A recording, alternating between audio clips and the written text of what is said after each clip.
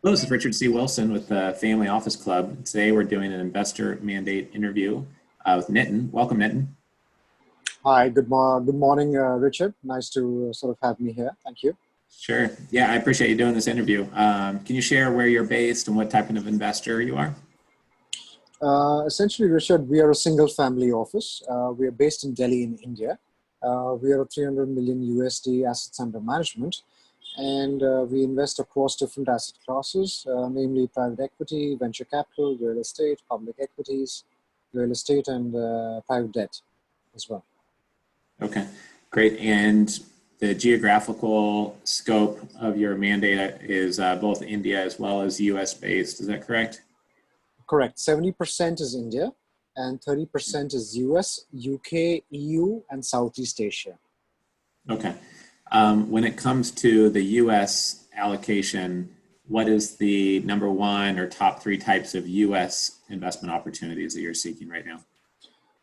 Essentially, we are looking at a lot of hedge funds. We're looking at public equities in US at this point in time. We're also looking at venture capital funds and private equity funds in the consumer space, in retail, in food products. That's something that's really excites us at this point in time. And that's something that we're looking at. Allocation wise, we should be at about a 10% allocation to US of our global portfolio. And I would say each deal size would be about 10 million, 15 million size. Okay. And on the investment funds, how many of those are going to be real estate related versus private equity? Is it mostly private equity and very little real estate for the US or? No, real estate is something that we've been constantly increasing our exposure in terms of multifamily office settlements. Even right now in real estate, we're looking at certain assets in terms of retail, commercial, which are not necessarily impacted by the pandemic, which are more stable. So we are looking at a couple of chain of pharmacies for real estate. We're looking at food product pharmacies for real estate, not necessarily hotels, hospitality, because I think that situation will take some time to pan out. But we're looking for Right. more stable assets in real estate and commercial and residential as well. Okay. And then my last question is, what's the number one piece of advice you have for an investor listening to this that maybe you wish you knew 10 years ago? Well, I think honestly, we spoke about this yesterday. There are always opportunities once in 10 years. We realize this later, but I think that this is that time. This is the time to step up. This is the time to increase your relationships. This is the time to increase your liquidity. This is the time to be bullish. Because Right. if asset prices are down and asset classes are down, historically, this is the good vintage to get into. Because in the Right. 6, 7, 8 years time, you will realize that even private equity funds which have vintage launches of this year will do far better in the last 7, 8 years. And it Right. takes time. So honestly, don't be in a hurry. But I would say give it some time. Bounce backs will happen, recession will get over, pandemics will go out, and then let's come back to stability. Let's come back to growth.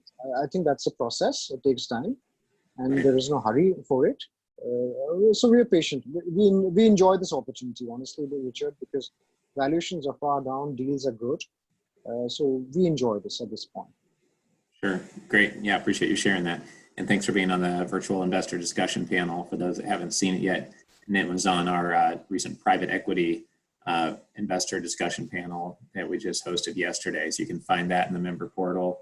For anyone that wants to get in touch with Nitin, then just please contact our team. Same with anyone else you see investor mandates on, or somebody who's featured on a virtual investor discussion panel. You can just let our team know. And as long as you're a charter member of the Family Office Club, we'll help get you in touch with them. Any final comments, Nitin, on your investment mandate? Anything else you're looking for that you wanted to fit in here in this short interview?